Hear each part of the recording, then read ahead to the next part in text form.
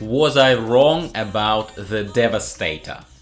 In a recent video that I published a few days ago, I was talking about my selection of classes for Outriders and my recommendations for fellow beginners, fellow kind of casual players who might be coming from other games into Outriders as the game launches, with my recommendation of what class you should play or what class would I pick.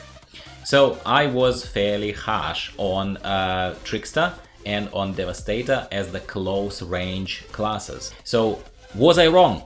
Let's talk about this in this video. I will show you some of my findings for what it's worth. If this is your cup of tea, please stick around and let's do this.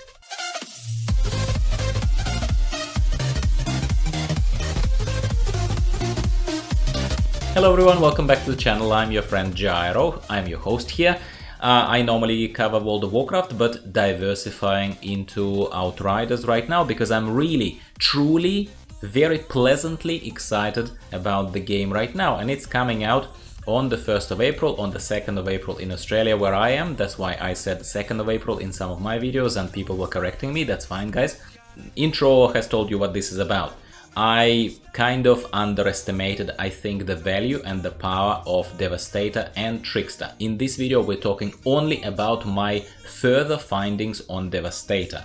This video is for beginners, absolute beginners who don't know any better and who do not believe that you need to spend 200 hours plus in a game before you can publish any videos and talk to people. If that's your outlook on life and gaming, this channel is probably not for you, but thank you for stopping by. Now for everyone else, for my people, let's talk about it from casual perspective. So just a very quick recap in terms of what I thought about my actual choices for myself, which is between the Pyromancer and Technomancer, leaning towards Technomancer. Technomancer, in my opinion, is something that would fit better into my preference of the gameplay. Like, there is nothing wrong with other classes, but for me personally, I prefer to have freedom of tactical positioning. I prefer sniper gameplay or long-ranged gameplay. I do not want to be necessarily in the face of the enemy, especially if I have already seen, and I have seen, exactly how Outriders are. It does get fairly hectic when you are right there in the middle of everything happening and let's say your abilities are on cooldown. This is my biggest beef right now with Trickster, for example, and no, this video is not focused on Trickster. But Trickster is also a close range, not a tank. Yes, attacks give Trickster a shield, but Trickster's abilities, or the ones that I saw as the core abilities, have too long of a cooldown to be effective and to feel like a proper rogue, you know, for the lack of a better word. Alright, so Devastator, I thought, again, first impression was rather boring, only self-shielding, kind of shockwave line, the first ability, not bad, but as my grandpa used to say, not bad doesn't necessarily mean it's good, which I truly believe that statement, right? And I sort of, I switched to Technomancer. I invested extra time into Technomancer in the demo, in the free demo, and I played to level 6 in the demo, which in the limited content given to us and with my amount of free time was actually quite an investment by my standards. But Devastator and Trickster characters, the test characters that I rolled, were left behind at level 3 or whatever they were. I came back to them, both of them. I played this Devastator to level 5. I know it's nothing, particularly nothing, but I did unlock, at the very least I gave it justice and unlocked the third ability. So here is my finding, here is where I was a little wrong. Now it's clear to me that all 4 classes or paths in the game that you can choose, Trickster, Pyromancer, Devastator and Technomancer, they are not maturing or becoming good at the same pace, if it makes any sense. What I mean by that is that some class could get 2 very meaningful abilities straight away, or almost straight away. Say Technomancer. Technomancer gets Cryo Turret as Technomancer's second ability and becomes fantastic immediately, if it's your type of gameplay, right? Trickster does not. Pyromancer, I would say, does as well. Pyromancer is pretty powerful straight away, at least I felt that way. Overshadowed by Trickster. Devastator Devastator had a shockwave, that shockwave line thing that it shoots, the ability number 1. And Devastator had the Golem, which is self-shielding ability. Yes, protective thing, boring, not offensive, doesn't help me deal with enemies, and yet I need to be right in their face, shooting them right in the face for them to die close to me in order to start healing me. It still does not sit very well with me. However, the third ability is actually changing things quite a bit. The third ability is actually pretty damn impressive, I would say. Let's take a look at it. So we have the skills. So we have Earthquake, which I referred to as Shockwave, I apologize, not a pro yet.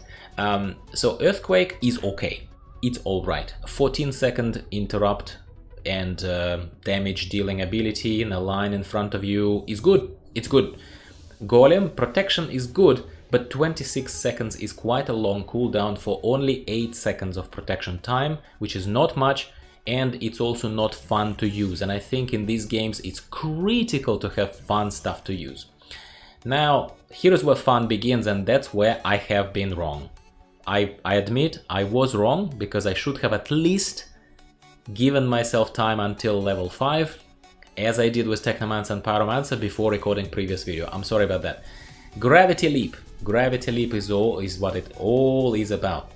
Gravity Leap is what I see people use all over YouTube and other videos where they review Outriders right now, and for a very good reason, because it is the first fun ability that Devastator gets, and it is the first fun ability that turns this character into a devastating force of whatever it is, nature. It's what it describes, and what is shown in the footage in the background. You leap into the air, you sort of hang in the air, presumably, and you know, I didn't play in a group, so I have not seen what it looks like from the side, like when somebody else would have done it and I would have seen it and was able to record it. But you leap into the air and then you fly / charge, slam into the ground, basically devastating, exploding everything around yourself. I still think that, look, 20-second cooldown on something as powerful as that is bearable. It's bearable, it's not too bad, it's definitely not too bad, especially considering that you can literally just run around carefully and collect as many enemies as you want, and then you leap into the air, and every 20 seconds you can just turn them all into a bloody pulp, you know, like you can just explode all of them. This is where, and that is the main reason why I wanted to do it justice, especially before the game launches. The more and more excited I get for the game launch, and tell you that yes, I probably was a bit wrong on Devastator. I was a bit harsh and a bit short-sighted on Devastator, so all of my dedicated Devastators out there who were like, this guy doesn't know what he's talking about. First of all, I never said I do. I always said that this was an experiment, this was an early thoughts, kind of early impressions, class choice video, the one that I published before. And yeah, I did not give Devastator enough of a go. I suspect it's the same with the Trickster, but Trickster is gonna be still a bit different because Trickster is not a tank, and I am generally in other games also a tank, which influences my choices and influences my preference here as well. I would prefer to be front and center as opposed to squishy, stabby person. But that's what I wanted to bring to your attention. In case you watched my earlier video, and if you have not, it might be worth still watching it, because I'm reviewing Pyromancer and Technomancer in particular depth there, well, similarly to this video. And if you are in your face kind of guy or girl, if you want to just slam them and see them all explode around you, Gravity Leap, aside from being an offensive tool, it's also a travel tool, it's also a movement tool. You are able to get up onto the ledges, up onto the things, up onto the towers, up onto fortifications with this Gravity Leap, which I think is a massive advantage for Devastators. So I actually look, as soon as I got Gravity Leap, I was like, I messed up, didn't I? I need to get back to my people about it. That's kind of how I felt, and that's what this video is dedicated to. And this is as simple as my agenda for this video was. Very quick glance over this. As you can see, I try to limit my playtime in the demo because the big game is coming. I'm very excited about it. That's when I'm gonna start exploring and investing a lot of time. So all I had here is just like allocation of 1 first point. I do believe that they should have given us a little bit more of skill points because I'm at level 5 and I only got 1 skill point to allocate. I would have felt better if they were giving us 1 skill point per level. That would have felt a lot more interesting because I spent what feels like quite a bit of time in the demo to get to level 5, level 6 on my Technomancer, and my only at the moment consideration slash criticism maybe is the fact that those skill points or class points of course they are referred to as in this game, that you can put into your skill tree, class tree. I think that they're being awarded a little slowly, a little too slowly. That is my only reservation there. I would have preferred to have a bit more of already something to play with by level 5. That's what I would have preferred. It's neither here or there, it's not specific feedback on Devastator, it's just one of those side notes, I suppose, and maybe a topic of conversation I welcome your opinions on, to talk to me about. If you have a lot more free time on your hands and you've spent hours and hours and hours in this demo, maybe you would have already unlocked all these things and taken a look at it. For me, this is a path of exploration and a preview of content that's coming your way if you would like to become a member of this community. Again, World of Warcraft still remains my core game. I'm not giving it away. I'm not canceling my subscription in case you are a World of Warcraft fan and one of my subscribers for WoW content. It's still gonna continue. It's still gonna continue. Please don't panic. But Outriders, let's not pretend that it's not exciting. It's very exciting, and I think it's a very nice, healthy switch during the lull of World of Warcraft as a game that I keep talking to you about in other videos. We will keep it out of this one, but that is just a friendly reminder in case you think, oh my god, this guy is completely gone into Outriders. I have no reason to just yet. I have no reason to. If there is huge community interest, of course I would, because I'm excited. If you are excited, now is your time to let me know. Now is your time to let me know. Or the opposite. Or if you can't wait for some WoW content. Really? Anyway, thanks very much for tuning in today. I'll be talking to you about Outriders and other stuff very soon. Videos are still being released twice a week. If you're not subscribed yet, right now is the time to show your support and hit a like button as